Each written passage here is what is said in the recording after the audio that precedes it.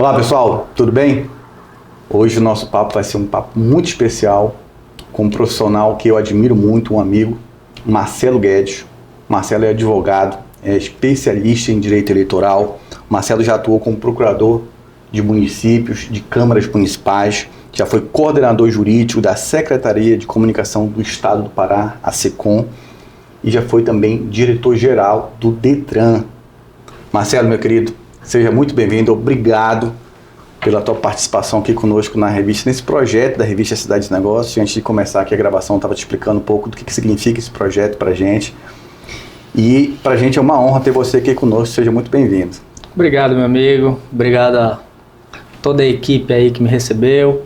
E vamos bater um papo bem legal. Estamos aí já no pré-aquecer da campanha eleitoral. Alguns prazos já se delimitaram, né, já do calendário eleitoral, então começou o processo eleitoral e eu tenho certeza que vai ser um papo legal e que vai interessar muita gente.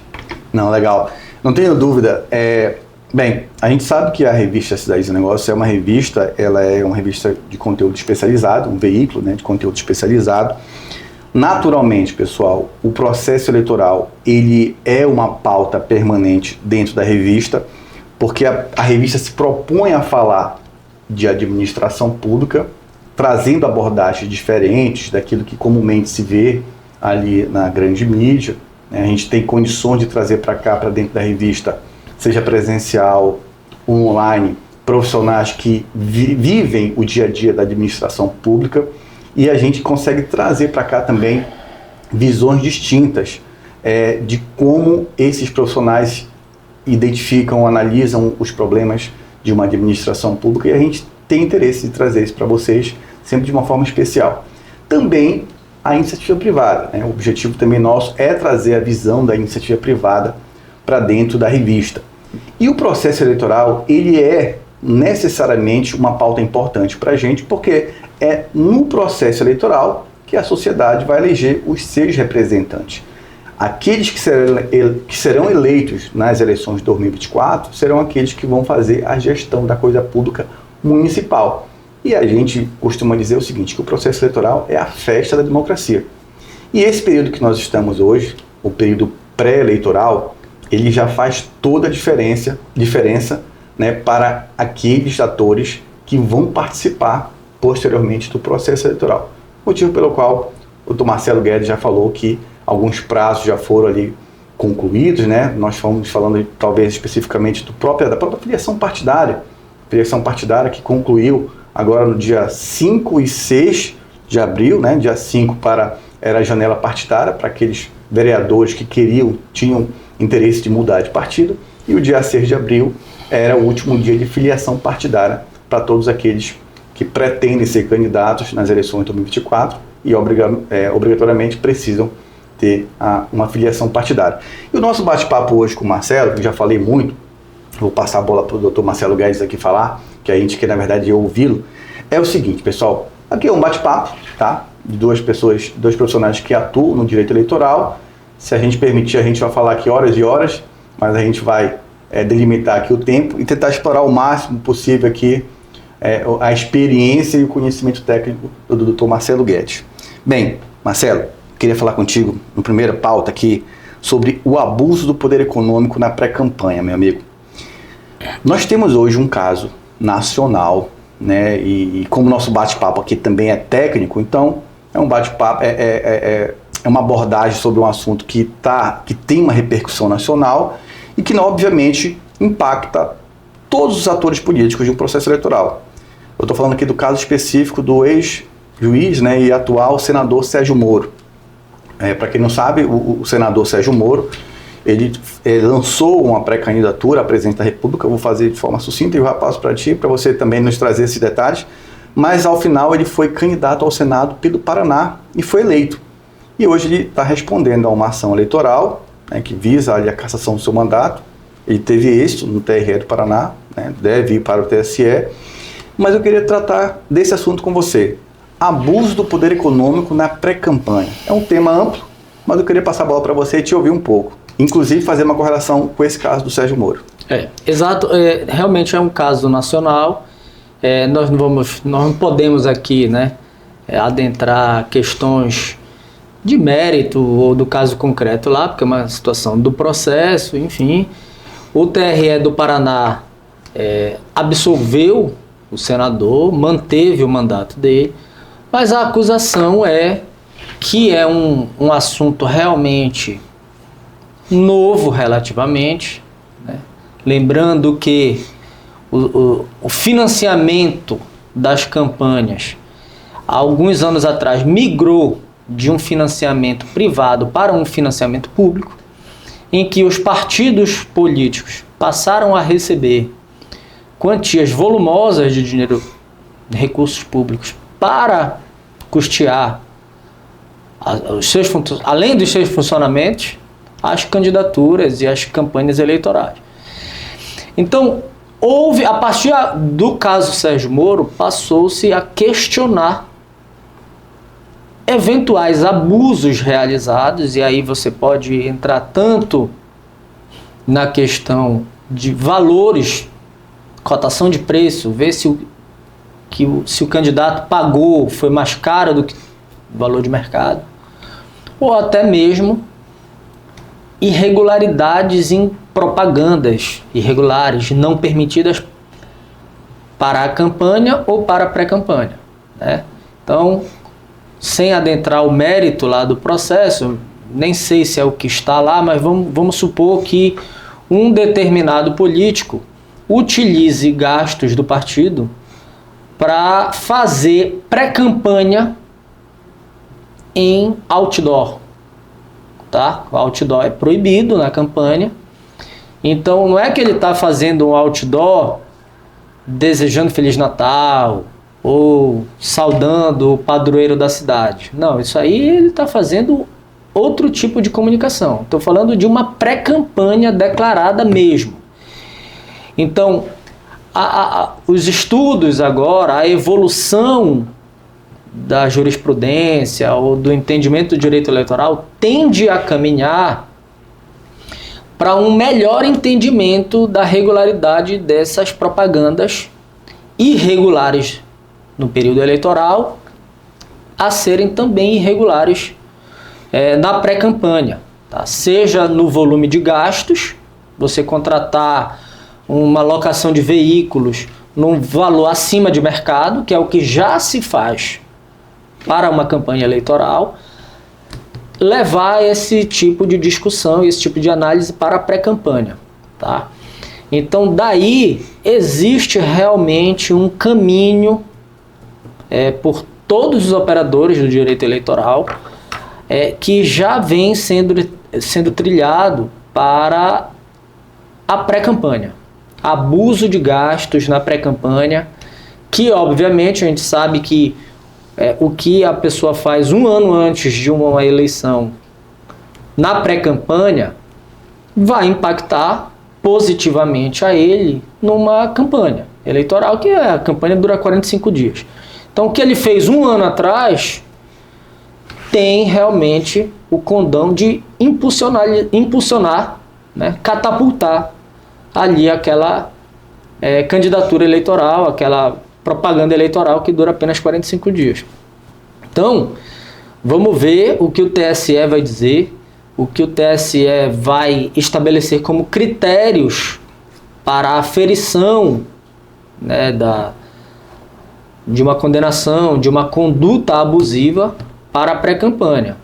Mas a discussão já está aberta e vamos aí aguardar a cena dos próximos capítulos. É um caso que está na mídia, é um caso popular, a gente não está falando nada aqui em abstrato, mas certamente ele vai delinear aí a pré-campanha de todos os integrantes da eleição de 2024.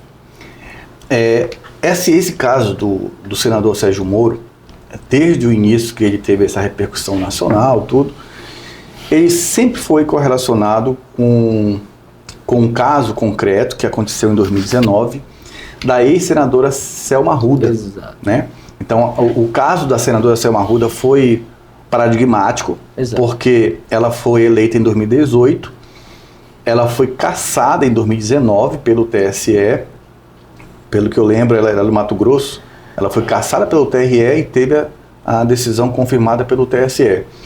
E um dos fundamentos da cassação da ex-senadora Selma Arruda era justamente o gasto na pré-campanha. E naquela época, como é uma matéria de nosso interesse, né, daquilo que a gente atua, eu fui buscar muitos conteúdos para poder também entender como que era a opinião dos parlamentares. Porque, de fato, a gente não tem uma regulamentação sobre pré-campanha de uma forma criteriosa, né, detalhada. Exato. Então, aquela cassação da senadora, que era uma parlamentar no início do mandato, né, ela estava ali no primeiro ano de mandato, 2019, foi cassada, e isso preocupou muitos parlamentares, muitos congressistas. Bem, como que a gente vai cassar alguém com gasto na pré-campanha se eu não tenho uma regulamentação, pelo menos adequada, ampla sobre isso, né? E isso realmente, inclusive, foi um dos fundamentos, pelo que deu para acompanhar pela imprensa, né, nesse caso do senador Sérgio Moro, mas o TRE do Paraná entendeu que nesse momento não havia, né, ali o abuso, por isso deu ali, julgou improcedente a ação, a representação. Mas mantém até hoje a falta dessa regulamentação, né? Até hoje ainda as resoluções de propaganda ainda não regulamentaram gastos na pré-campanha, o que é abusivo, o que não é. Então, quando eu falo em abstrato de um caso de outdoor, né, eu estou meio que tentando fazer um paralelo do que a legislação já proíbe para a propaganda eleitoral, no período eleitoral. Né? Então, não deve ser admissível um outdoor na pré-campanha, se ele não é nem na campanha, né? Claro, naquele contexto de pré-campanha mesmo, não saudar o padroeiro da cidade. Então, assim, além do caso da senadora Selma Arruda, esse caso Sérgio Moro, na ausência de uma regulamentação ou na lei ou em resolução do TSE, ele vai delinear os critérios, né? Ele tende ali, porque há umas distinções entre os dois casos. Então, a gente vê aí um movimento de que o TSE pode, a exemplo do que foi feito na cota de gênero, em que o TSE disse, né? Olha, para haver fraude à cota de gênero é preciso isso. Então, vamos ver se no julgamento do caso Sérgio Moro, que não se sabe se julga ainda esse ano, só para o ano que vem, se via justiça, via jurisprudência, firma-se aí um precedente nesse caso. Interessante, Marcelo. Olha só, em 2015, nós tivemos a Lei 13.165. 165, deixa eu confirmar aqui. Foi a lei que fez uma grande reforma eleitoral na lei das eleições. 13.165. É isso. A Lei 13.165. A Lei 13.165 de 2015, ela promoveu uma profunda reforma eleitoral na legislação eleitoral, na lei das eleições, na lei dos partidos políticos. E foi uma reforma realmente profunda. Foi efetivamente uma reforma, né? Porque às vezes a gente tem mini-reformas e tal, mas essa lei, ela realmente promoveu uma grande reforma eleitoral. E, dentre essas mudanças, uma em especial me chamou bastante atenção na época. Eu lembro que eu escrevi alguns artigos sobre esse assunto, porque me fez... eu achei de uma decisão muito acertada do Congresso, que foi a flexibilização da pré-campanha. Né? Eu sempre dizia o seguinte, olha, até 2000, porque essa Lei 13.165 de 2015, ela já prevaleceu para as eleições seguintes, eleições municipais de 2016. E ela pegou, né, nessa reforma, flexibilizou a pré-campanha e tirou algo que eu achava que não fazia sentido algum, que era o pré-candidato ter que andar às escondidas, ter que andar ali nas sombras, porque era como se fosse algo criminoso a pessoa informar que era um pré-candidato, defender ali, como foi colocado na própria legislação, defender sua plataforma de trabalho, de atuação, caso, né, seja candidato, porque a pré-campanha nada mais é do que um trabalho essencial, necessário para todos aqueles que serão candidatos. Não existe Não existe a possibilidade de alguém, no dia da convenção ou no dia que o partido protocola o requerimento de registro de candidatura, o famoso IRC, lá na justiça, e essa pessoa que teve o seu nome registrado na justiça, chegar na sociedade e falar: epa, agora eu sou candidato. Não. Essa pessoa, para se lançar candidato, ter a possibilidade de ir em busca de um mandato, essa pessoa tem que ter uma vida pregressa voltada para uma atuação que minimamente o habilite para ser um candidato. Então, eu fiquei muito feliz. Eu festejei a reforma eleitoral promovida pela 13165. Aí vem os ajustes necessários, né? Então, era proibido o pedido expresso de voto. Aí, ao longo do tempo, o entendimento jurisprudencial veio também modulando o seu entendimento, até por conta da aplicação prática da lei.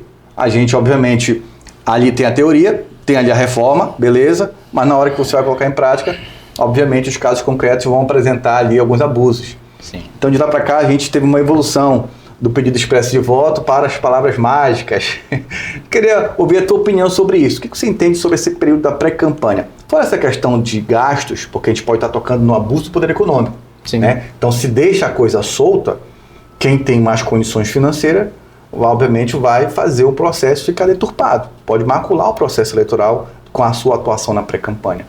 Mas essa liberdade maior na pré-campanha, qual a tua opinião sobre isso, sobre esse conceito? A legislação de 2015, o que ela fez foi, além de flexibilizar a pré-campanha, ela fez regulamentar a pré-campanha, né? Então, existia até então a propaganda feita em campanha eleitoral, período eleitoral, e tudo que era feito antes disso era considerado uma propaganda irregular, extemporânea, antecipada, né? E multa. Com multa, feita às vezes, né? Isso tem muitas pessoas que sofreram isso. Pessoas que foram representadas, acusadas e condenadas de propaganda antecipada. Chegou o período eleitoral, não se candidataram, porque aquilo ali, enfim, por qualquer situação, ele não foi sequer candidato, só que ele já tinha uma multa lá transitada em julgado e sendo executada, para ele pagar uma multa por uma propaganda antecipada, que ele foi condenado à revelia e nem candidato ele foi, né? Então, o que essa reforma fez foi regulamentar a pré-campanha, né? A gente sabe que político não faz nada na vida que não seja política, né? Cada segundo da vida dele ele está pensando em política. Então não vamos diferenciar, não vamos misturar, melhor dizendo, propaganda política com propaganda eleitoral. Tá? Propaganda eleitoral, ela é feita no período eleitoral, dura 45 dias, ali meados de agosto começa e vai até o primeiro domingo de outubro. Ok, essa é a propaganda eleitoral. Tudo que é feito antes é a pré-campanha eleitoral. E aí você não pode fazer pedido expresso de votos, tem lá os seus critérios para a propaganda. Tá? Como você bem disse, ninguém vai chegar sem ter feito um trabalho prévio, sem ter base política e se viabilizar em 45 dias, né?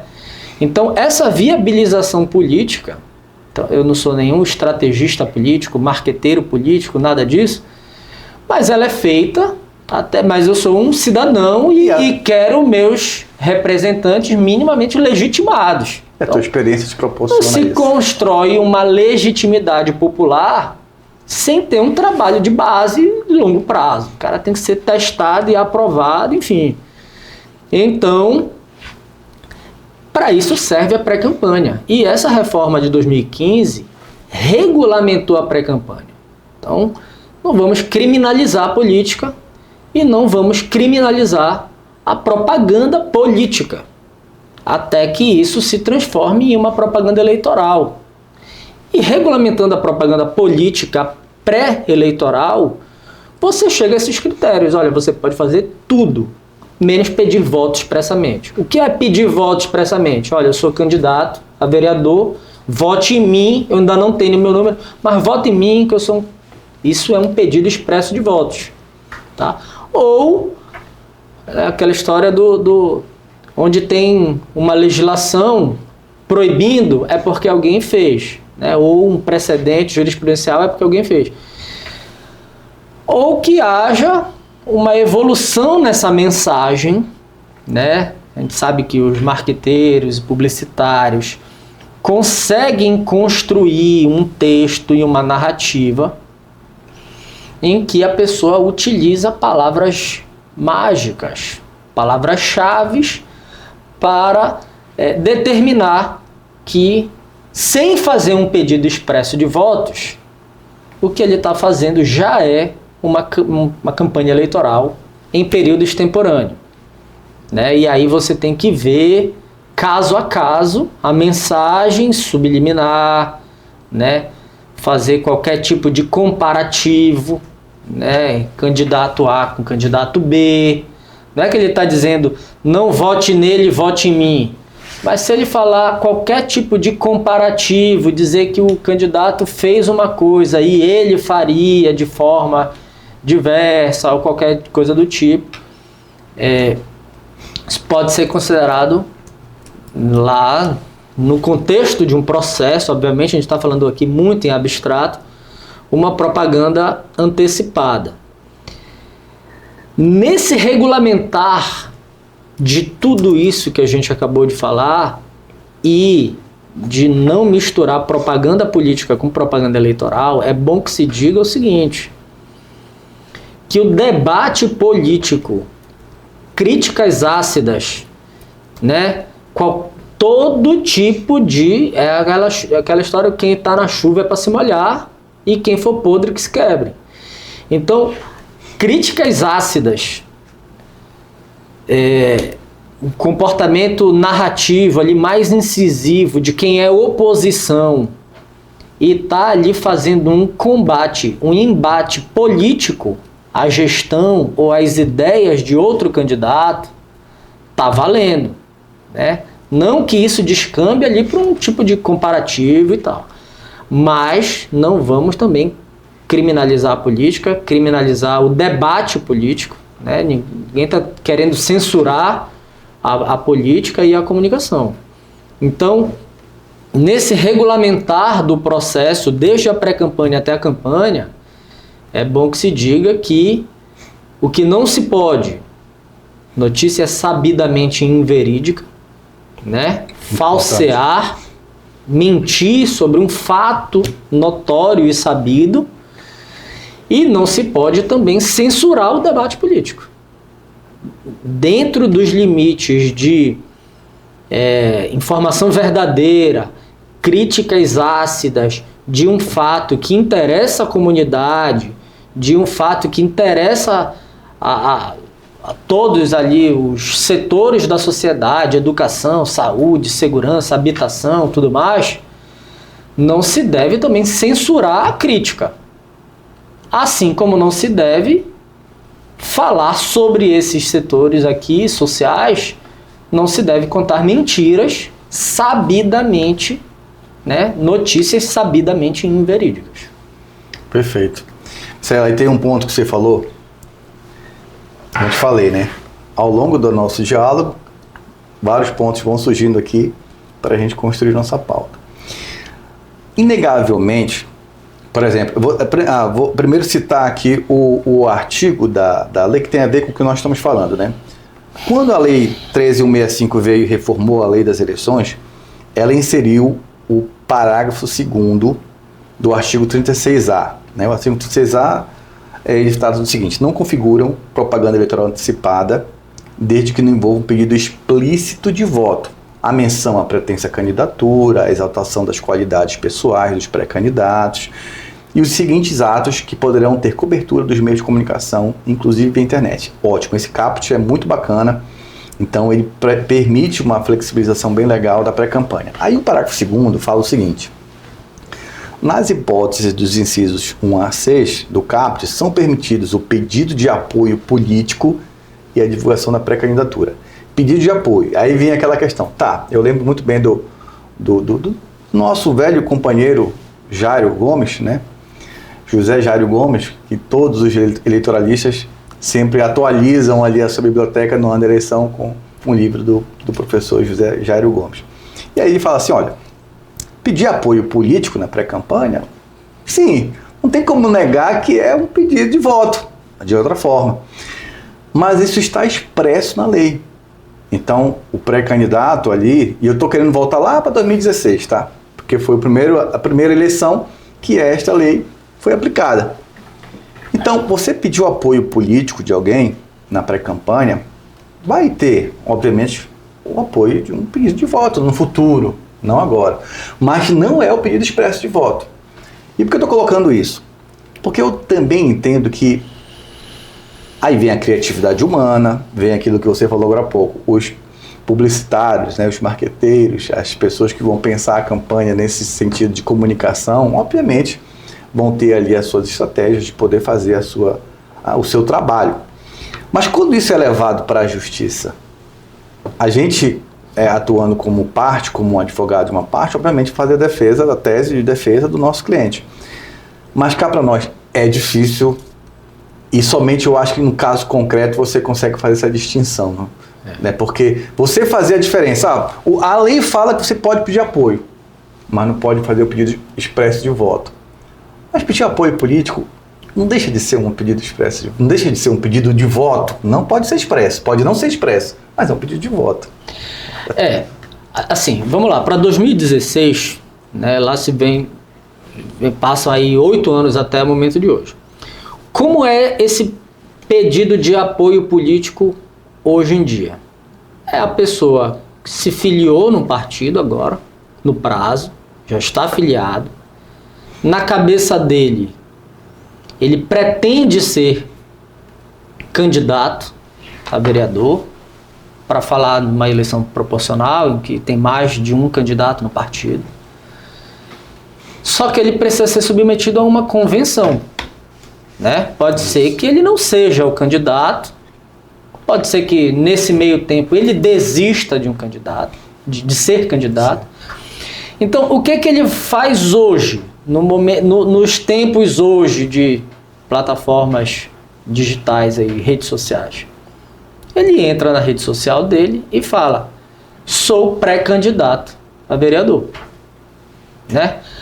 Aí você vai lá ver os comentários e tem lá pessoas, eu te apoio, e ele fala: muito obrigado, conto com você. Isso está errado? Não. É um jeito moderno de ele pedir apoio à pré-candidatura dele. Ele está em pré-campanha. Ele ainda não foi sequer aprovado em convenção.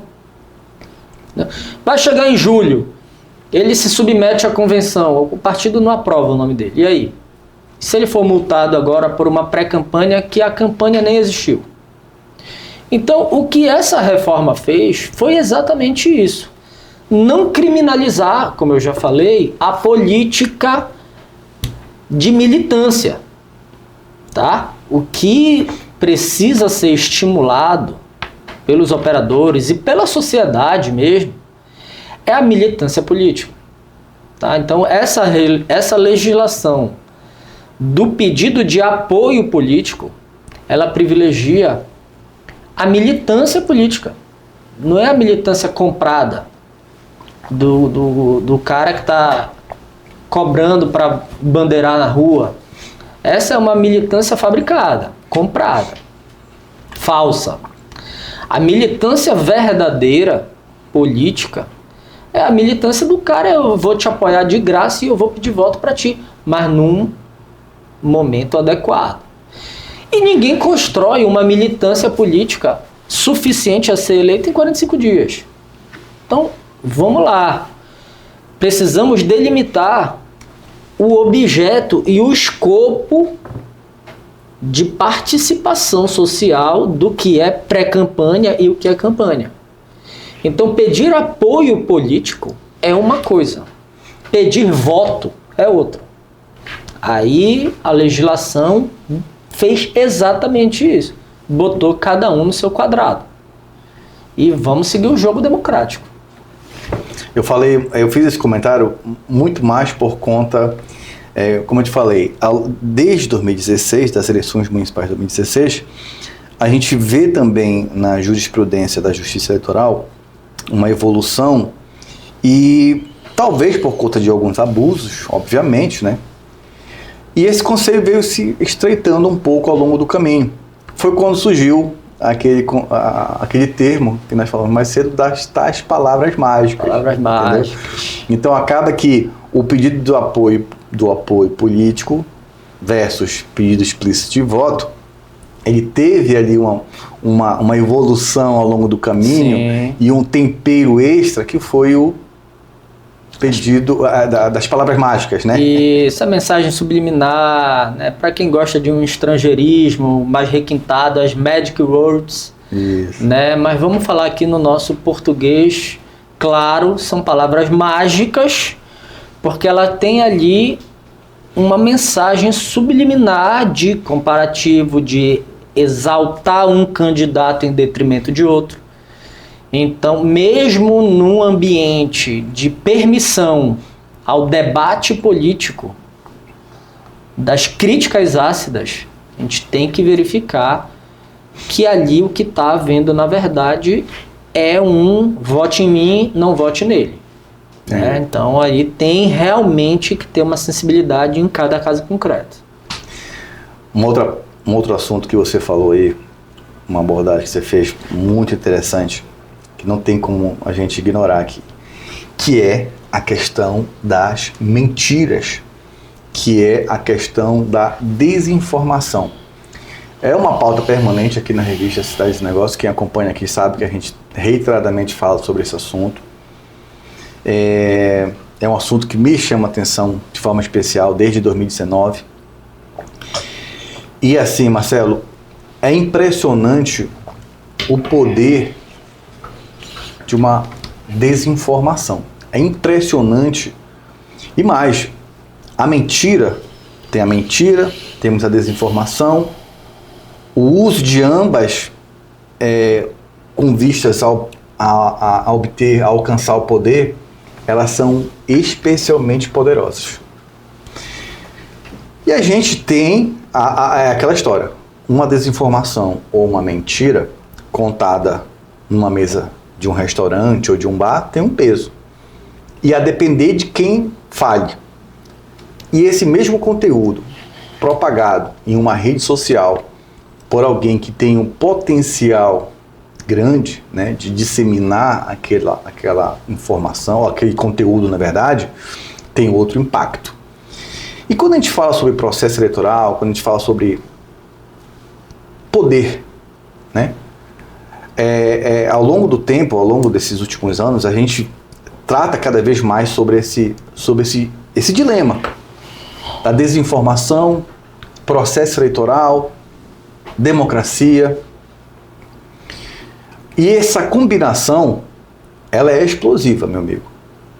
E eu, outro dia, eu acho que faz mais ou menos 2 anos, eu fui perguntado, numa entrevista, se eu achava que a desinformação ela tinha um impacto, ela tinha o poder de impactar uma eleição. Aí eu fiz o seguinte comentário, e eu errei. Eu fiz, olha, eu não tenho dúvida, isso foi em 2021, ou 2022. Eu falei, se eu não tenho dúvida que a desinformação, ela impacta um processo eleitoral municipal, e eu já vivi essa experiência, e eu sei que impacta. Mas eu não sei até que ponto ela pode realmente impactar uma eleição geral. Mas eu estava errado, porque realmente o processo eleitoral de 2018 no Brasil já teve um impacto significativo. E o 22 também, né, que é mais recente. Mas eu lembro de um caso específico de 2018, caso específico não, eu lembro de uma situação em 2018 que o próprio TSE, Tribunal Superior Eleitoral, ao se deparar com aquele fenômeno da desinformação de uma forma muito especial em 2018, ele a partir de então incorporou essa pauta da desinformação dentro das suas estruturas, tanto ao ponto de, em 2019, promover um seminário internacional sobre desinformação. E eu queria te ouvir, queria ouvir uma explanação sua, não é uma pergunta específica, mas uma explanação sua sobre isso, desinformação, processo eleitoral. Cláudio, você bem falou que a gente vive hoje num mundo dessas plataformas digitais em que o que eu falo aqui, a pessoa na China está me vendo em tempo real. Faz uma live no Instagram, entra lá no meu perfil, em tempo real ele está me vendo. Então você imagina que o Hitler utilizou de desinformação para disseminar o nazismo meados do século XX e fez o que fez, sem redes sociais, tá? Né, aquela célebre frase do ministro lá das comunicações do Hitler, que ele dizia que uma mentira contada 1000 vezes se torna uma verdade, num momento em que, para ele falar 1000 vezes uma mentira, para outra pessoa ter o tempo de falar outras 1000 vezes que aquilo lá era mentira, já foi o tempo. Então você imagina hoje em dia a escala de tempo numa rede social, tá? Esse processo da desinformação se torna numa escala e numa potencialidade lesiva muito grande e numa rapidez que para 45 dias de campanha eleitoral não dá tempo, né? De reverter, né? De reverter. Então, você precisa assim, vamos lá, não só as eleições do Brasil 2018, 2020 e 2022 já tiveram o componente da desinformação. A eleição dos Estados Unidos, que elegeu Donald Trump, 2016, já teve muita desinformação. Isso não vai aqui nenhuma crítica a candidato A ou candidato B, isso é fato histórico, está na história lá, teve. Um componente que lá o voto é facultativo e aqui o voto é obrigatório, então lá vota quem quer, acredita quem quer, o cara não acreditou, fica em casa e não vota. Aqui não, todo mundo tem que votar. E todo mundo tem que se engajar. E por isso que a gente chama da festa da democracia nas eleições gerais, porque é aquela uniformização, todo mundo vai no mesmo sentimento. Nesse sentimento, nessa emoção das coisas, a polarização que se tornou algumas eleições nacionais principalmente, a pessoa se torna muito vulnerável a acreditar em versões, seja ela verdadeira ou mentirosa, porque isso ela já tem uma predisposição a gostar de candidato A ou candidato B. Então, quando você potencializa essas ferramentas para criar desinformação, e aí eu volto no tema que eu falei agora há pouco, de notícias sabidamente inverídicas, sobre candidato A ou candidato B, isso tem uma escala. Hoje em dia no meio rural tá lá a pessoa com celular, com internet. Então até você chegar lá nessa pessoa novamente e dizer que aquilo lá que ele viu no celular dele era mentira, acabou. Já passou os 45 dias da eleição. E nem vamos, assim, a gente vê muitas vezes essa desinformação até se voltar contra o regime democrático, contra as urnas eletrônicas, contra entendimentos de Constituição, então, contra instrumentos da Justiça Eleitoral. Aí a gente está entrando num outro departamento da desinformação que está saindo do debate político entre candidatos para fragilizar o Estado Democrático de Direito, a democracia, a Constituição e tudo que a gente só tem. Não vamos fazer 40 anos ainda de Constituição, né? Então a gente viu esses dias agora, eu estava vendo, a Justiça da Alemanha, não sei se tu viste essa, a Justiça da Alemanha cortou o fundo partidário do partido neonazista lá. Então, a democracia alemã, com toda a representatividade que ela tem e pujança de institucionalidade. Ela disse o seguinte, olha, a gente pode falar tudo aqui, menos de nazismo. E tu não vai receber fundo partidário, cortou verba pública do partido nazista. Né? Então, assim, a gente precisa privilegiar a liberdade de expressão, todas as nossas liberdades, porém com ressalvas. Com responsabilidade, né? Com responsabilidade. Então, tá liberado falar tudo para fragilizar nossa democracia, para dizer que a urna eletrônica não funciona, para dizer que os votos, que um hacker, que apareceu hacker contra hacker, débil hacker, um monte de hacker para dizer que a urna eletrônica era fraudada, ninguém comprovou. E aí tá valendo essa liberdade de expressão para incutir na mente do eleitor a ideia de que aquele voto não vale, de que o voto dele vai ser na última hora, né? Ele clicou um número, apareceu a outra foto de outro candidato. É verdade isso? Tá comprovado isso? Então, essa desinformação, ela atingiu um certo ponto nos últimos anos que visou indiscutivelmente a fragilização do Estado Democrático de Direito.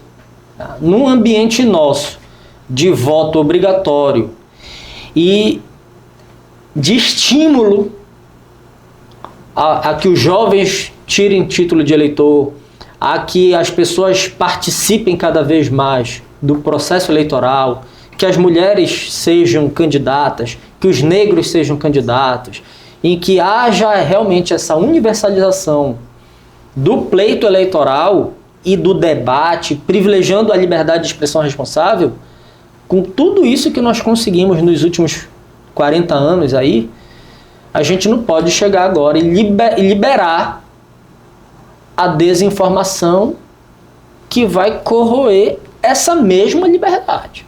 Então a gente precisa saber andar com as nossas próprias pernas, saber o que os outros países já sofreram e estão fazendo para coibir o que sofreram.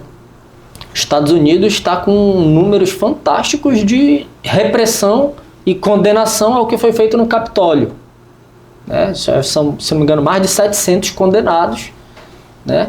Numa demonstração de força institucional dos Estados Unidos. A Alemanha cortou o fundo partidário do partido nazista. Então a gente não pode fragilizar e enfraquecer esse nosso poder institucional de privilegiar exatamente a liberdade de expressão. Com responsabilidade. Dentro dos critérios e dentro do jogo democrático.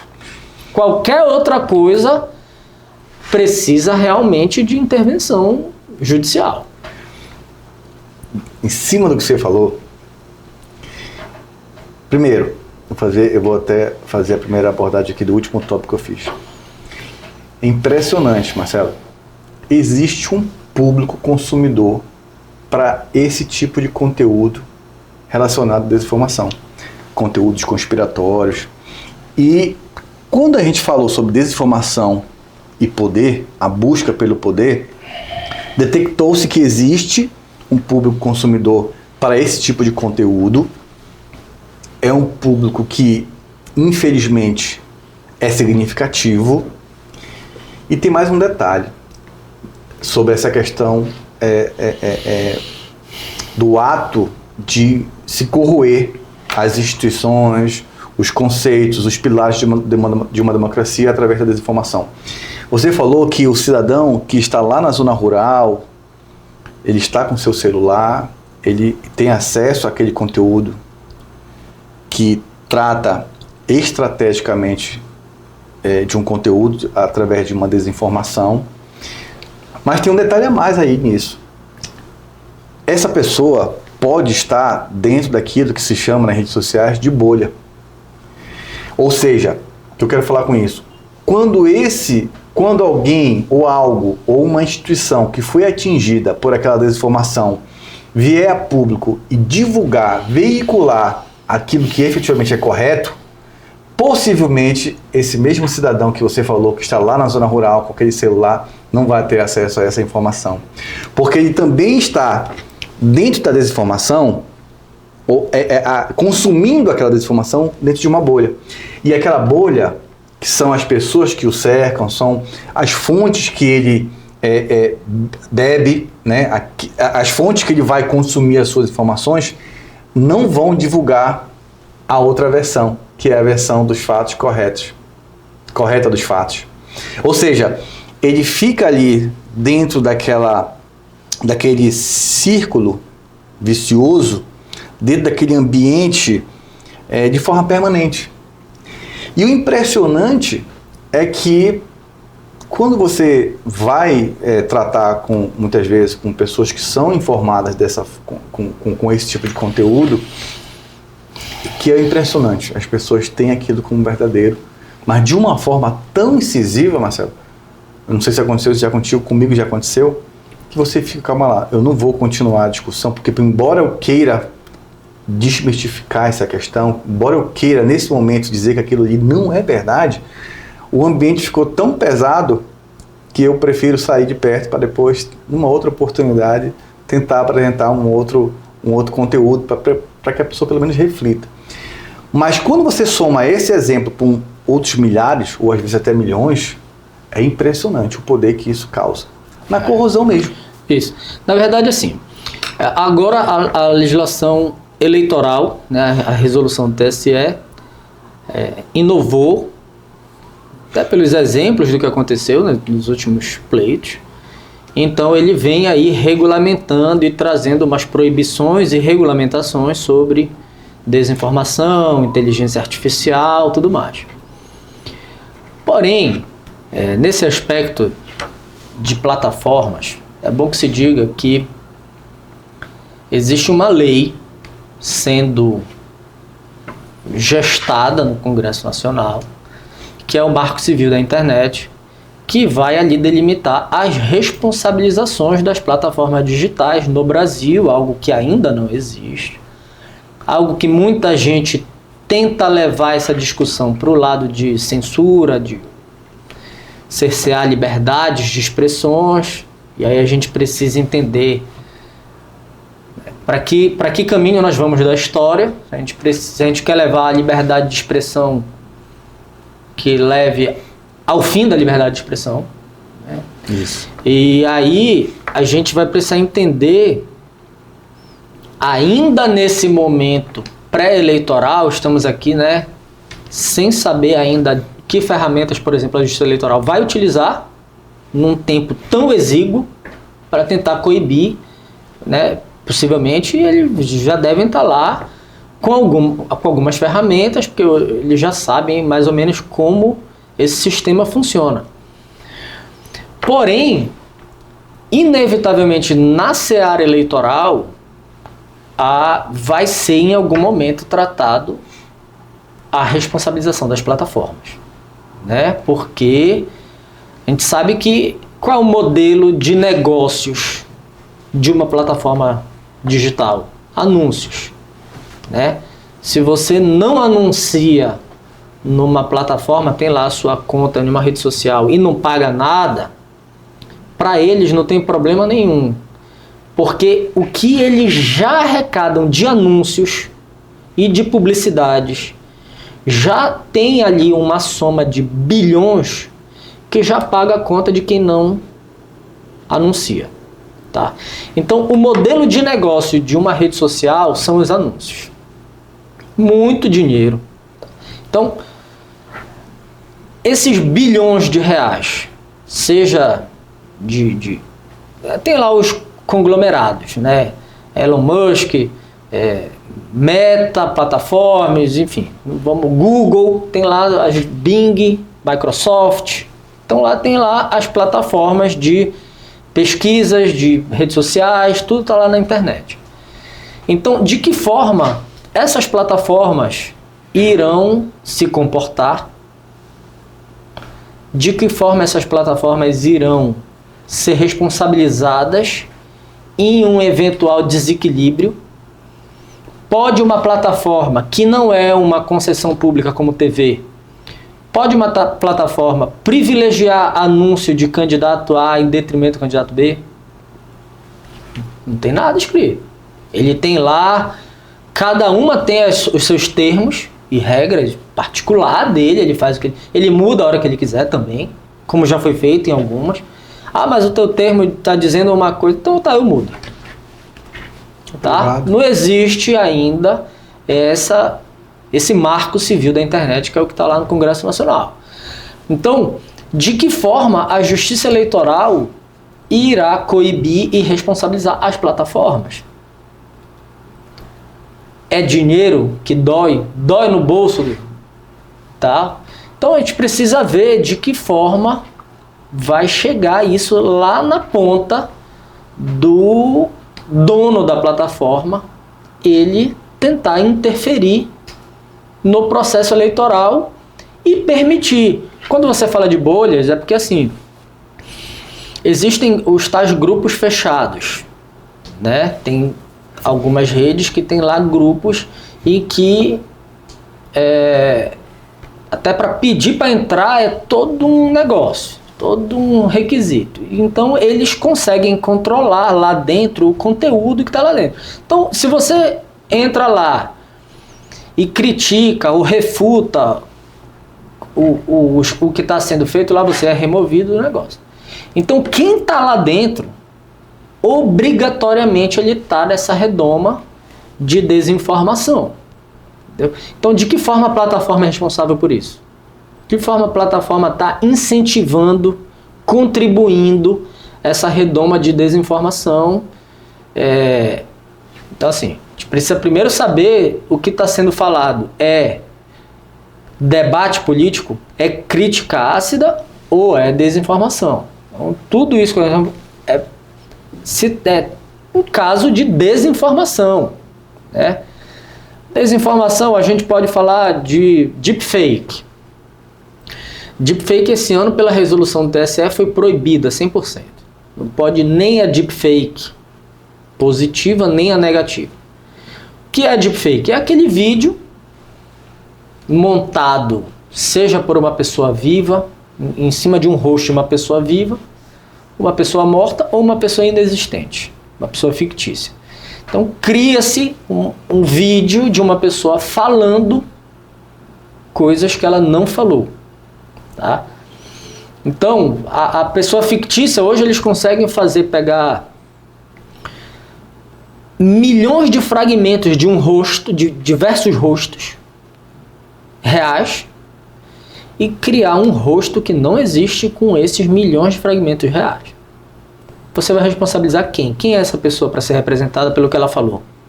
Entendeu? Então é um vídeo aparentemente real. Olhando a olho nu, é real.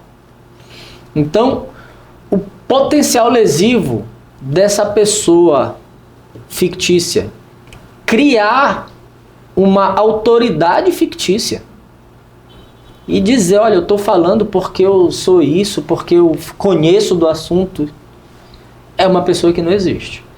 Então, essa deepfake, ela, nos últimos anos, tem sido realmente feita para isso, né? Talvez ainda não tenha impactado potencialmente em um play, enfim, talvez eu nem tenha conhecimento disso, mas vendo um vídeo desse, a gente já fica com medo do que está por vir, né? Você pode pegar um vídeo seu e o movimento labial e o som ser todo falado em chinês, e vai chegar lá na China, o cara vai olhar fluente em chinês e mandarim. Olha a boca dele, é ele? Não, nunca falou chinês na vida. Mas é um vídeo teu, tu fazendo mesmo, só que tu quer te comunicar com a China. Entendeu? Então existe a deepfake positiva e a negativa. Nada é permitido esse ano. Tá proibido tudo. Tudo vai cair. Claro, aí a gente tem que ver o tempo de resposta da Justiça Eleitoral, quais as ferramentas. Outro caso é da inteligência artificial. né? Então eles vêm regulamentando o chatbot, né? No tempo da propaganda eleitoral analógica, era aquela proibição da ligação, né? Então não pode você atender o telefone fixo de casa e ter uma mensagem gravada do candidato. Você chegou na sua casa, no seu ambiente, depois de um dia de trabalho, está cansado, não quer ver propaganda eleitoral e não pode ser obrigado a atender um telefone e está lá o candidato gravando uma mensagem. Isso era a proibição do tempo analógico. Hoje é a inteligência artificial do chatbot, né? Então tem lá robôs que falam com você por aplicativo de mensagens ou site que você entra, tem lá. Então tem a regulamentação de que ele não pode fingir ser uma pessoa, tem lá o horário, então não pode também abusar disso, principalmente o chatbot não pode fingir, olha, sou eu aqui, candidato tal. Na questão da inteligência artificial de rostos, né, deepfake é proibido, é um vídeo, mas você precisa deixar registrado que aquela imagem é objeto de inteligência artificial. Não está proibida a inteligência artificial, ela está regulamentada. Então você pode utilizar inteligência artificial em recursos recursos de imagens, inclusive, desde que conste imagem obtida através de inteligência artificial para não falsear e não incutir uma imagem que não é verdadeira na mente do eleitor. Perfeito. Aquela questão também que você falou, Marcelo, das bolhas, né? Você até falou assim, vamos fazer, é necessário fazer doer do bolso do dono da plataforma, né? Aí eu quero fazer uma correlação entre esses conceitos, essas duas observações. Por exemplo, também nós temos aquela bolha que é a seguinte, tudo aquilo que você para na rede social, vou colocar aqui o Instagram como exemplo, né? Tudo aquilo que você para ver e demora um certo tempo visualizando ou curtindo, né, a própria inteligência artificial. O algoritmo já identifica que tu tem interesse naquilo. Pronto. E ele vai começar a te mandar conteúdos daquilo. E também quando eu falei naquela hora daquele senhor lá da zona rural, quando eu falei da bolha, também foi nisso. Porque quando ele faz parte de um grupo, beleza, ele aceitou entrar naquele grupo. Então ele só vai receber conteúdo daquilo. Mas quando ele está numa rede aberta, mas ele está preso numa bolha, justamente porque ele curte aquilo que ele gosta, né? Ele faz comentários naqueles conteúdos que ele gosta, e o algoritmo vai trazer para ele só aquilo que ele já, né? Preferencialmente aquilo que ele já tem uma certa interação. Exatamente. Então por isso que eu falei que dificilmente ele vai ter a resposta dos fatos verdadeiros daquele caso, né? Ele vai continuar sendo alimentado com outras desinformações, até às vezes mais conspiratórias. Exato. Daquele fato. E tem outro ponto que você falou da questão de doer no bolso do dono. Interessante isso, olha só. Se você é dono, não vou colocar você como exemplo não, meu amigo, nem eu. Vou colocar, se o João aqui é dono de uma plataforma, e realmente você levantou algo interessantíssimo, que é a questão da preferência política dessa pessoa. Só que esse João, ou a Maria, é dono ou é dona de uma plataforma muito popular aqui no país. Mas ele gosta tem preferência por um candidato, em detrimento de outro. Então, se ele é dono, se ele está dentro da empresa privada dele, não tem regulamentação, como nós falamos agora há pouco. Rádio e televisão são concessões públicas. E tem as regras. Então, realmente, ele pode usar da sua própria tecnologia para dar muito mais visibilidade a conteúdos do seu candidato do que aquele que ele não gosta. Aí tu imagina, né? Se a gente não tem nada regulamentado e se essa pessoa pode fazer a alteração no seu estatuto interno, né, nas suas regras internas, que ele pode fazer a qualquer dia, a qualquer momento, é dele. E ele não tem ali nenhuma limitação. Então, realmente, essa atuação manipuladora, não tenho dúvida, pode influenciar dentro de um processo eleitoral. O Brexit, inclusive, também foi outro caso emblemático, a utilização da desinformação, da fake news, né, tirando ali o Reino Unido da União Europeia, foi um caso também muito, um caso que está na história, né, junto com as eleições dos Estados Unidos em 2016, que quando foi esse termo da fake news ficou mundialmente conhecido, né, a gente acabou assimilando esse conceito. Eu até acho que esse conceito realmente lá para cá, de um tempo para cá, ele já ficou muito... Ele perdeu ali, muitas vezes, o que realmente esse termo fake news quer demonstrar. Ficou uma coisa muito suave, na minha opinião, fake news. Já você quer descaracterizar alguém, desqualificar, na verdade, alguém, ou a imprensa. Não, isso é fake news. Para você ver que o nosso nome em português, desinformação, é melhor que o fake news. Do que fake news, exatamente. E aí é interessante essa questão da possibilidade de uma plataforma, por preferência política do seu proprietário, ele de repente fazer um desequilíbrio no processo eleitoral.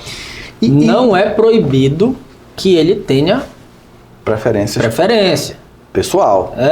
Agora, dono de jornal, saindo do rádio e TV, tem jurisprudência consolidada que o jornal pode, em editorial, estabelecer o seu candidato, sua preferência. Em editorial. Ele não pode, no decorrer lá daquele jornal, daquele informativo, carregar mais em crítica, e aí ele consegue desequilibrar o jogo. Mas em editorial, ele dizer: meu candidato é fulano, tá no jogo. Que são regras distintas das concessões públicas, inclusive. Exato. Mas vamos lá também fazendo esse comparativo para a rede social, que é hoje em dia, né, o que está na palma da mão de todo mundo. A rede social, as plataformas, eles podem ter suas preferências. Eles não podem aí interferir no jogo, manipular o eleitor, conforme os seus ideais. Aí não. E você falou outro ponto, manipular o eleitor. Aí era a pergunta que eu tinha colocado aqui, não tinha feito, que é o seguinte: há um debate também que trata sobre essa questão da desinformação e processo eleitoral, democracia, né? Essa questão da desinformação corroer os pilares de uma democracia. Aí vem uma indagação que é a seguinte: e aí, um processo eleitoral que foi baseado em desinformação, ao final, alguém vai ser eleito. Mas se esse processo eleitoral foi baseado em desinformação como estratégia de campanha, esse resultado é legítimo? Interessante essa reflexão pelo seguinte, porque vamos imaginar que o eleitorado, o eleitor, a sociedade está ali ouvindo seus candidatos e é só um deles que vai ser eleito. Só eles que estão credenciados a disputar as vagas que estão ali postas, e um deles, né, no executivo, vai ser eleito, e alguns no parlamento alguns candidatos serão eleitos. Mas se todo o processo eleitoral ele foi ali com todos ou com alguns deles, foi com base em desinformação, e esse eleitor ele foi manipulado dentro de uma estratégia de comunicação / poder, e essa pessoa eleita com base em desinformação, aí se questiona, na verdade é muito mais um questionamento, vamos dizer assim, acadêmico mesmo, dizer, o eleitorado ele votou em cima de desinformação, ele foi completamente manipulado ao longo de todo o processo eleitoral. Tanto é que agora que acabou a eleição, esse eleitor não tem nem condições de dizer assim: caramba, eu elegi o João ou a Maria. Mas qual foi a plataforma mesmo dele? Eu nem lembro. Não teve. Porque você foi tão manipulado ao longo do processo para você virar, de repente, um Repá, um Fla-Flu, um Corinthians e Palmeiras, né? Obviamente vai ser muito mais corintiano.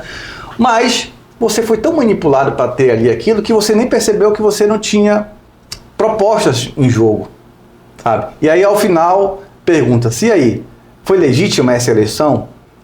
Foi legítima essa eleição, uma vez que esse eleitorado ele foi até a urna, que é o grande ápice, né? Chegar até ali a urna e escolher livremente o seu candidato ou a sua candidata. Com base em quê? Com base em todas as propostas. Por isso que o TSE ao longo do tempo também veio muito ressaltando essa tecla, dizendo o seguinte: olha, propaganda eleitoral é para você fazer propostas propositivas para a sociedade. Eu lembro que foi as eleições de 2018, a 14 já teve isso. Nas eleições gerais de 2014 já teve esse embate. Eu lembro muito bem de um voto do ministro Toffoli nesse sentido. E ele dizendo, olha gente, se vocês não utilizarem o período eleitoral para poder fazer propostas para a sociedade, qual é o período que vocês vão usar? E eles estavam fazendo ali essa crítica bem interessante. A gente não estava ainda vivendo esse momento de desinformação, fake news e tal. A gente vê depois de 2018 com isso. Mas é um questionamento relevante, doutor. O que você acha sobre essa questão de um resultado eleitoral sobre desinformação? E aí? Aí entra realmente a justiça eleitoral para coibir eventuais abusos, né? Então a gente sabe que essa potencialidade muitas vezes envolve um impulsionamento e gastos, né, financeiros. Tudo tem, é verdade. Né? Tem dinheiro nas plataformas para que essas desinformações sejam difundidas em maior escala.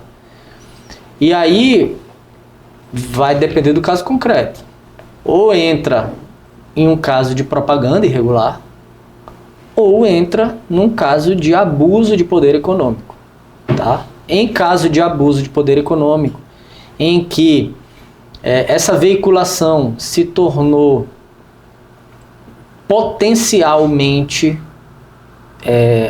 uma viabilizadora de uma campanha, de um mandato eletivo, obviamente que a Justiça Eleitoral poderá, num caso concreto, né, com essas características, ir até a cassar o mandato, cassar o registro, cassar o diploma, ou já tiver empossado, cassar um mandato eletivo de uma pessoa que construiu a sua legitimidade, a sua viabilidade eleitoral com base em desinformação.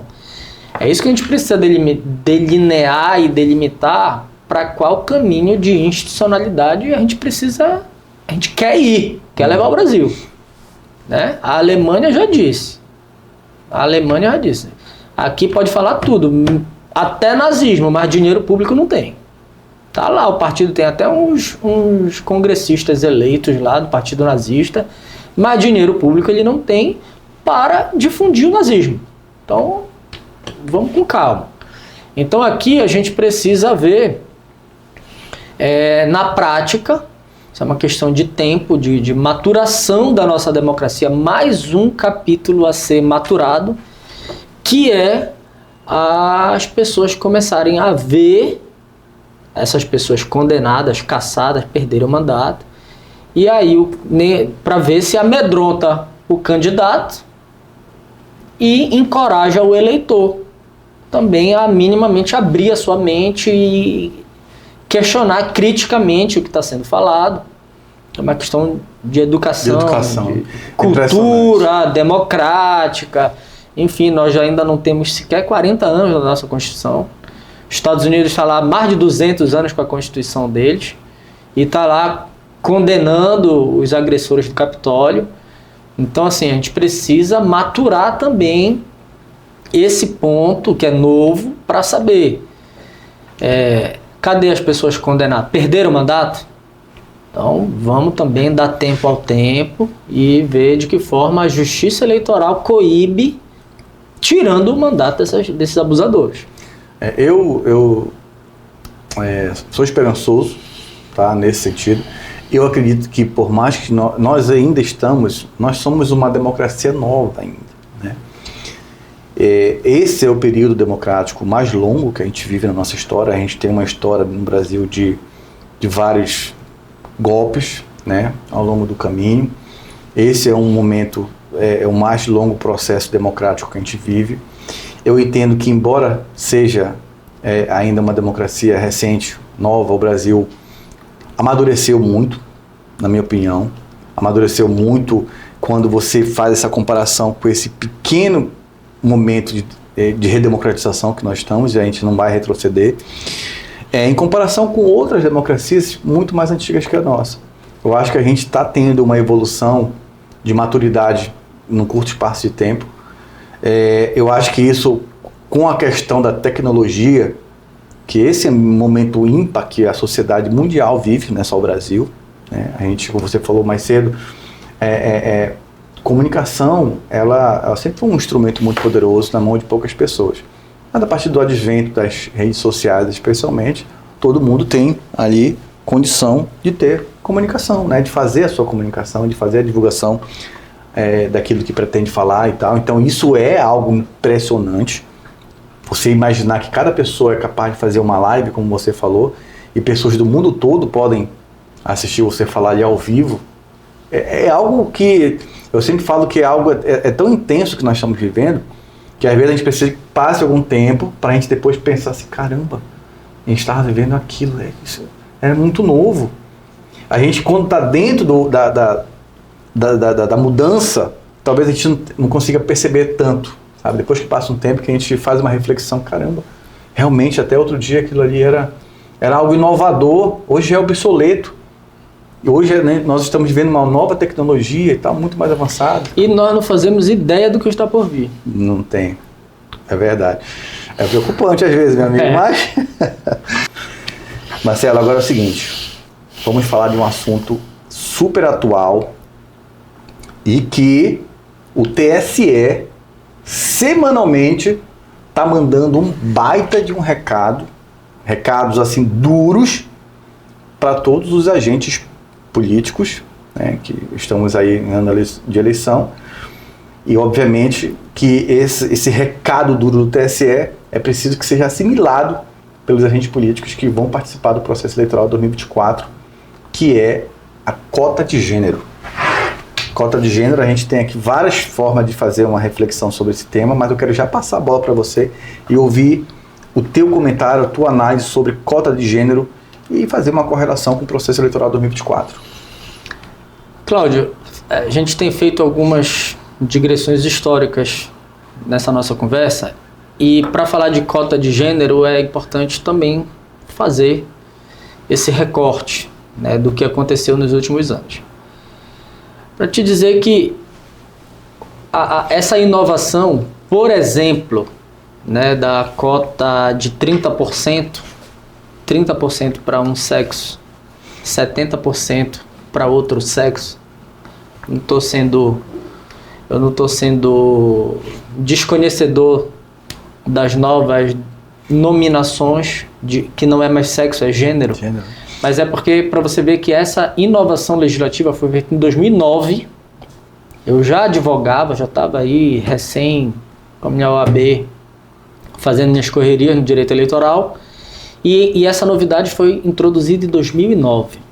Tá? Àquela altura, o texto da lei era exatamente esse. 30% para um sexo, no mínimo, 70% para outro sexo. Podendo ser masculino ou feminino. Tá? 70% feminino, pelo menos 30% masculino. Então, 2009. Antes disso, majoritariamente masculino. Até que as mulheres conseguiram 30% das vagas para se candidatar. Efetivamente lançadas, né? Por obrigação, tive que ser imposto ao partido que acolhesse. Então, a sociedade andou,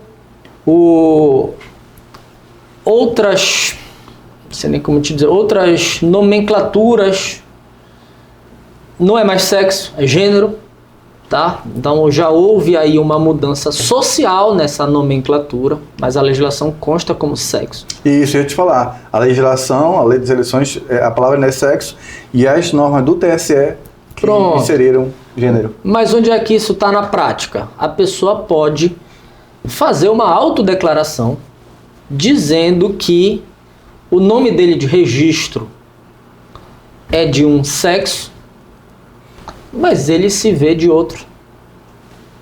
Ok, tá? Então, na prática, na vida real de um processo eleitoral e na vida das pessoas, o que se admite é a cota de gênero. Tá? Antigamente era cota de sexo, hoje é cota de gênero. Ok. De 2009 para cá, o que nós conseguimos na prática, principalmente para o feminino? tá? Para fazer esse recorte do gênero feminino. Vou te dar um número alarmante, para ver como a gente está patinando e aparentemente a gente não sai do lugar. O Brasil, de um ranking aí de pouco mais de 200 países que existem no mundo, o Brasil, em participação feminina, congressistas eleitas, é o número 145.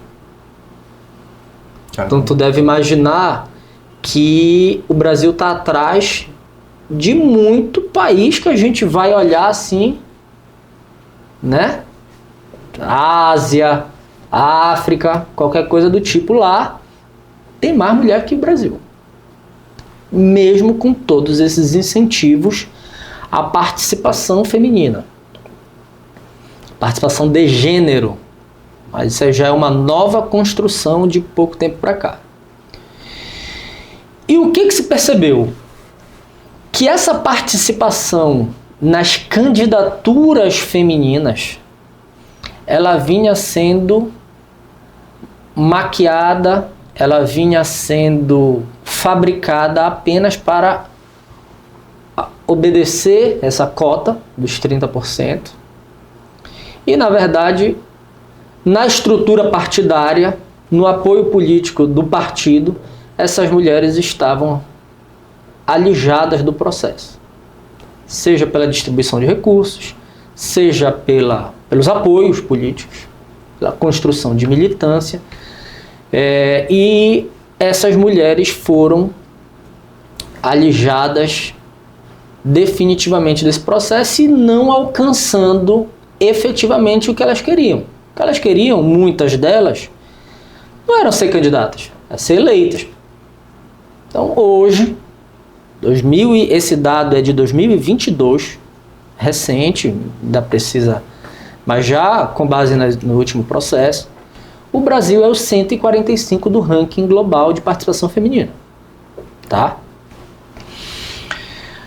A partir disso, veio uma regulamentação da distribuição dos gastos, fundo partidário, fundo especial de financiamento de campanhas, para as mulheres, para as minorias, para os gêneros, cota racial também tem lá a sua participação. E também permaneceram alguns partidos reincidindo no abuso, que aí foi realmente, né, identificado o abuso, para alijar as mulheres novamente do recebimento de fundos, mesmo elas tendo direito a cota lá, uma parte do fundo partidário. Os dirigentes partidários não estavam passando. E isso chegou a tal problema em que a Justiça Eleitoral começou a identificar casos escandalosos disso, tá? Mulheres que terminavam o processo eleitoral, candidatas que eram com 0 votos, nem ela votou nela. Aí você ia perguntar para ela, não, eu sou candidata, eu nem sei, né? A mulher que sabia que era candidata, mas estava fazendo campanha para um homem e ela teve 0 votos.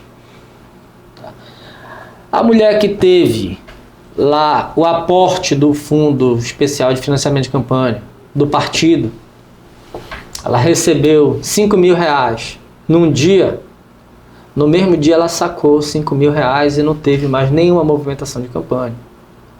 Por quê? Ficou ali nas entrelinhas que deram, ela pegou, sacou e deu para alguém o dinheiro e não fez campanha nenhuma, coisa nenhuma. Fez dobradinha, ela é candidata a deputada estadual, fez lá o santinho dela com o deputado federal e tudo para potencializar o deputado federal. Então foram mecanismos novos, modernos, requintados, de financiamento feminino, de gênero, bom que se diga, também pode ser os outros gêneros também têm direito a essa cota e estavam sendo submetidos a essa prática partidária de fragilização aos seus direitos enquanto candidatos, enquanto representantes e participantes do processo democrático, para novamente privilegiar os caciques políticos, a classe dominante da política. Então, a Justiça Eleitoral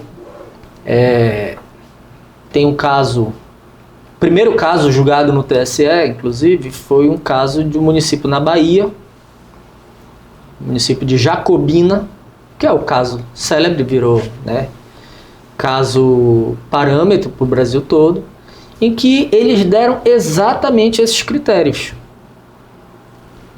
configuradores de uma candidatura laranja, né, uma candidatura fictícia de uma mulher que está lá só para cumprir a cota dela de participação, mesmo com o aporte financeiro. A cota formal, né, ali...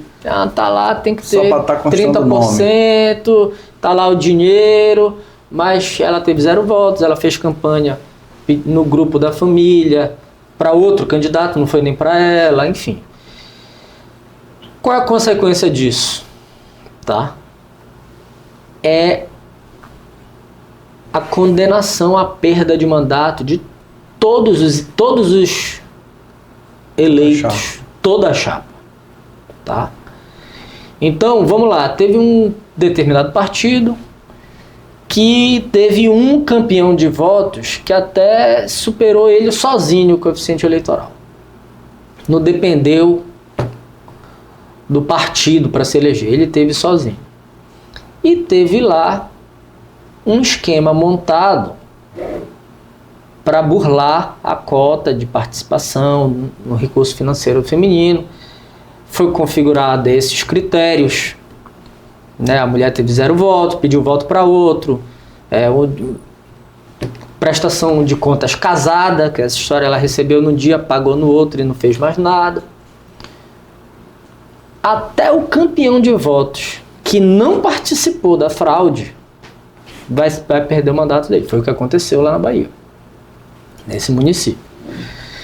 E todo o montante de votos dessa chapa, desse partido, anula tudo e reconta para todo mundo. Então, exclui esse partido do cômputo ali e distribui para todo mundo. E aí uma nova dança das cadeiras na Câmara, tá? No Parlamento. Então, assim, a gente precisa ter noção das consequências para amedrontar e o pessoal não fazer. Tá? E também que os gêneros diversos, que minoritário, muitas vezes, que tem direito a essa participação nas vagas de candidaturas e na distribuição dos recursos, façam valer. Né? Tem casos de jurisprudência em que era um grupo de família, em que um integrante da família lá pediu votos para outro e um integrante dessa família que fez a denúncia. Porque as pessoas estão vendo ali. É um grupo fechado de família e alguém tirou um print, fez alguma imagem do negócio e fez a denúncia e esse condenado da própria família dele. Então, isso também é um processo de evolução cultural, de construção de uma sociedade democrática que saiba seus direitos e reivindique pelos seus direitos. Muito bom. E Marcelo, tem uma questão ainda em relação ao que você falou da cota de gênero, ou a fraude na cota de gênero, que é uma mensagem semanal que o TSE está dando. Semanalmente nós temos cassações de chapas de vereadores, de deputados pelo TSE. E eu quero falar aqui fazer uma observação que eu acredito que não deve demorar. Atualmente, a chapa inteira é cassada, nesses casos em que o TSE entende a Justiça Eleitoral, né? Porque não é só o TSE, os TREs também estão fazendo a sua parte, fazendo essa devida fiscalização e julgamento desses casos. E aí, 2 pontos que eu quero chamar a atenção.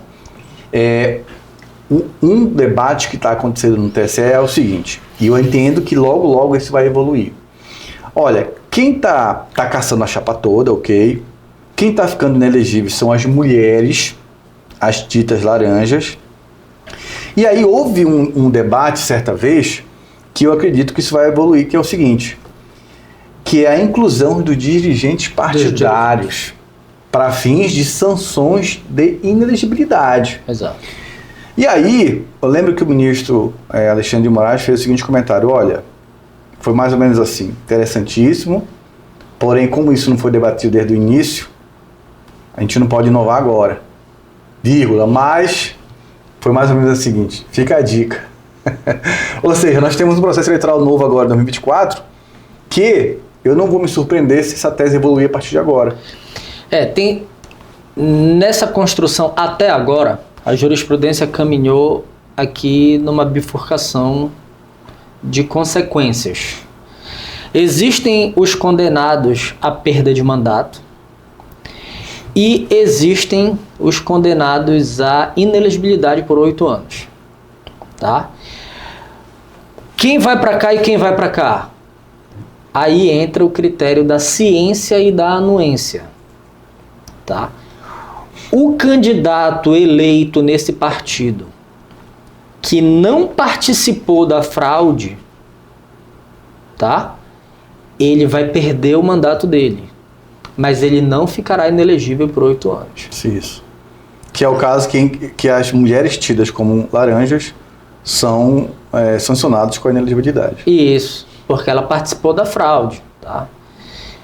O dirigente partidário, ele não tem mandato a perder alguns. O cara pode ser presidente do partido e não tem mandato nenhum. Tá? Mas ele pode ficar inelegível por 8 anos porque ele participou da fraude, ele executou a fraude. Ele que determinou lá a distribuição do dinheiro. Então, aí entra o critério do caso concreto de saber quem teve ciência da fraude e quem teve a anuência da fraude, quem fez, quem mandou fazer. Mas, bom que se diga, o cara tá na chapa, tá no partido, né? Chapa não, tá no partido, foi eleito, não participou da fraude, fez lá a campanha dele, recebeu o dinheiro dele do partido, mas fez a campanha dele, ele também vai perder o mandato.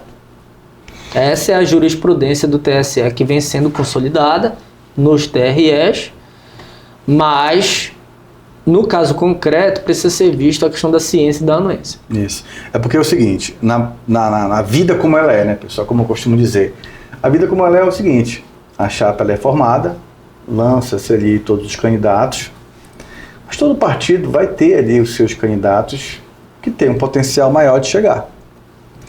Acontece que, aí entra aqui um outro conceito que eu gosto muito de falar nos nossos conteúdos, doutor Marcelo, que é a falta de organização partidária que a gente ainda, infelizmente, identifica, na minha opinião, na maioria das vezes, que é essa falta de profissionalismo, realmente, dos dirigentes partidários.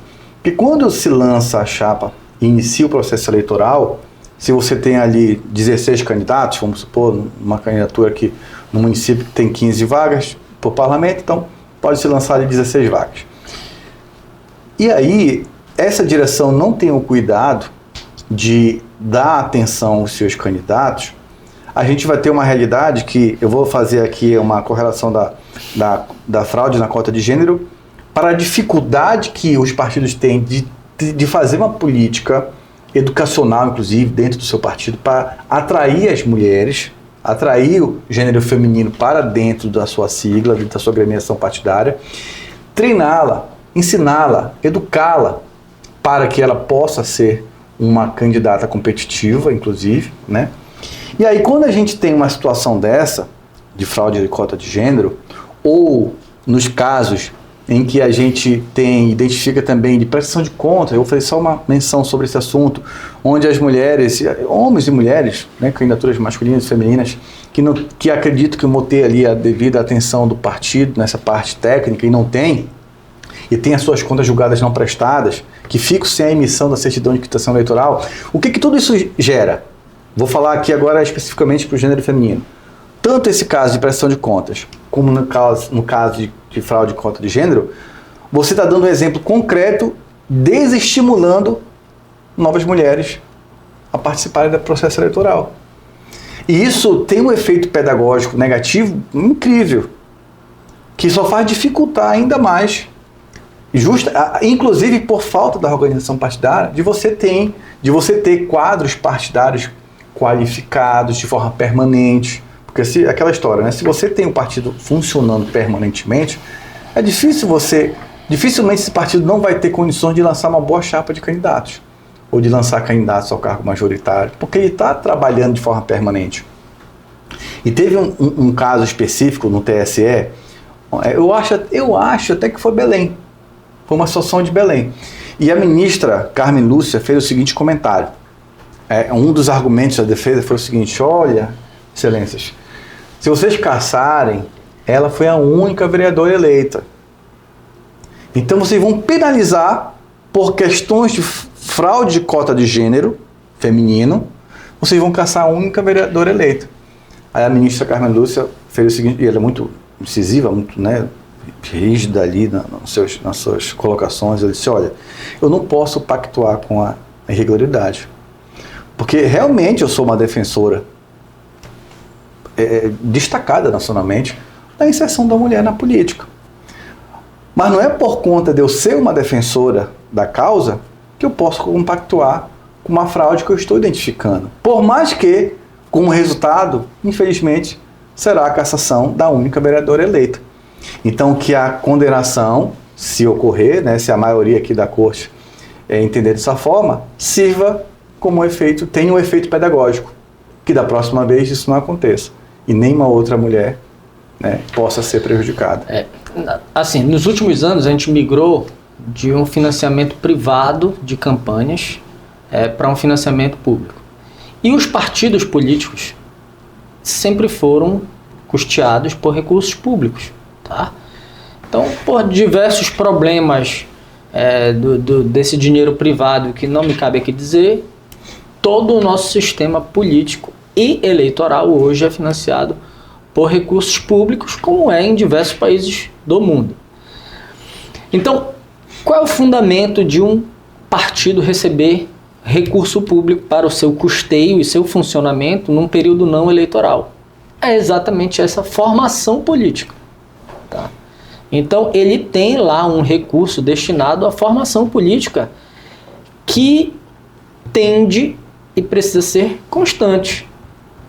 Em ano não eleitoral, vamos lá debater o novo ensino médio, vamos lá debater a Previdência, a reforma da Previdência.